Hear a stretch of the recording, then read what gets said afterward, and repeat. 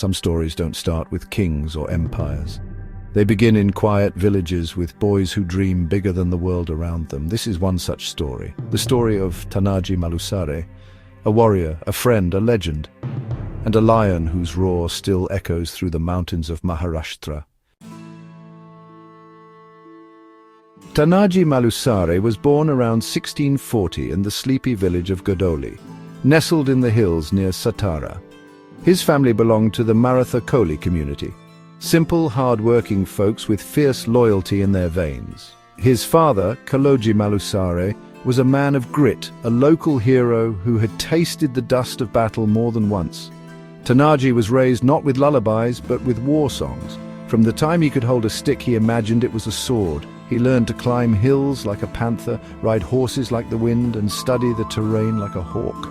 His education wasn't in books, it was in blood, steel, and strategy. But the most important chapter of his early life came when he met a boy his age, also full of fire, Shivaji Maharaj. It started with childish play, mock duels, and racing through forests. But something deeper was forming. They were more than friends. They were brothers in ambition. Two sparks are destined to ignite a fire. They trained together, hunted together, and planned imaginary kingdoms. They weren't thinking of power yet, they were thinking of freedom. And even as boys, they made each other a promise: whatever happens, we fight side by side. By the 1660s, Shivaji was no longer a village boy with dreams. He was a rising threat to the Mughal Empire. Forts like Torna, Rajgarh, and Pratapgarh had come under his banner. His strategy was brilliant: quick raids, fast retreats, local support, and absolute unpredictability. But empires don't sit quietly. The Mughals came hard. Battles flared across the Deccan. In 1665, Raja Jai Singh of Amber, one of Emperor Aurangzeb's top generals, led a massive campaign against Shivaji. Shivaji, outnumbered and outgunned, knew he had to make a choice: either sacrifice men and forts in a losing battle, or sign a treaty and survive to fight another day. And so came the Treaty of Purandar. Shivaji was forced to surrender 23 forts. It wasn't weakness, it was strategy. Even Jai Singh, who respected Shivaji, urged him to agree. But those forts were never forgotten. Every stone was a promise. One day they'd return, and one of them was Kondana, a fort that would soon be paid for with something far more precious than stone. It was 1670. Shivaji had just returned to Rajgarh, summoned urgently by his mother, Jijabai. He was puzzled. No news of war, no politics in chaos, so what was so urgent? She didn't waste words. She pointed at Kondana, now under Mughal control, and said, "That fort was yours, bring it back." Shivaji was stunned. He tried to reason with her. "That place is a graveyard. Too many have tried, none have returned. There's a famous ballad that captures his despair. To win it went forth many, but there came back never any." But Jijabai didn't flinch. And Shivaji, a son before a king, couldn't say no. He didn't need time to think. He needed the right man, someone brave, brilliant. There was only one name: Tanaji Malusare, his old friend, his brother, his lion. When the message reached Tanaji, he wasn't in battle. He was in Umbrat village, right in the middle of preparing for his son's wedding. Music, food, laughter. It was meant to be a celebration. But you know, one look at the royal summons and Tanaji didn't blink. He immediately prioritized his duty and said, "The wedding can wait, but Swarajya cannot." He left with his brother Swarajya and his uncle Shelamama, heading straight to Rajgarh. When he met Shivaji, the king hesitated. He just couldn't bring himself to say it. Instead, he sent Tanaji to Jijabai. She told him everything. Tanaji didn't ask questions. He didn't ask for more men, more weapons, or even more time. He just smiled and said, "I will return with Kondana or not at all."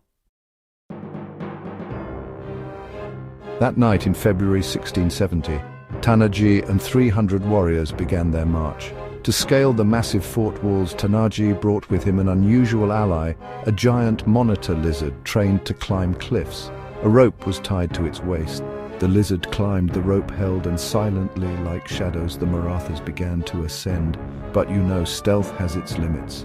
They were spotted before all had climbed. The alarm was raised. Tanaji and his 300 were stuck on top. facing hundreds of armed Mughals. Tanaji turned to his men and said, "We may be few, but the mountain itself will fight with us tonight." The clash was brutal. Swords clashed, bodies fell, and blood soaked the stones. Then Udaiban Rathod, the Mughal commander, entered the fray. He and Tanaji fought like beasts. One blow, another, hours of fatigue behind them. But Tanaji was worn. He had scaled cliffs, fought 2 battles already, and had no rest. After a brutal duel, Tanaji fell. For a moment, all was lost. The Marathas froze. Their lion was gone. But from below, Swarajya and the remaining 700 had finally broken through. With fury in their hearts, they surged forward. Udaiban was slain and the Mughals fled, leaping from the cliffs in desperation. Kondana was taken. But when Shivaji rushed to the fort, eager to embrace his brother in arms, all he found was Tanaji's lifeless body. He wept for 12 days. The ballads say he couldn't eat or speak, and then he said the words that broke every Maratha heart. Gad Allah Pan Sinha Gela. We got the fort, but lost the lion. They renamed it Sinhagad, the Lion's Fort, not for victory, but for Tanaji. His sacrifice wasn't in vain, it became a spark. One by one, the Marathas reclaimed their lands. The empire grew, Shivaji's vision surged forward. But every time a soldier took an oath, every time a battle horn sounded, they remembered Tanaji. He wasn't just a general, he was Maratha pride. He was the soul of Swarajya. And he proved that true warriors don't wait for the right moment, they make it. Some warriors are remembered for what they built. But Tanaji Malusare is remembered for what he gave up: his life, his joy, his family's future for the dream of a free land. And that's why, to this day, when the wind blows through the stones of Sinhagad, you can still hear the roar of the lion. Thank you for watching Tales of History. We hope you enjoyed this deep dive into the past and learned something new about the events that shaped our world. If you found this video interesting, please give it a thumbs up and share it with others who love history as much as we do. Don't forget to subscribe to our channel and hit the notification bell so you won't miss any of our future episodes. Until next time, keep exploring the fascinating stories of history with us. And remember, history isn't just the past, it's the key to understanding our present and shaping our future.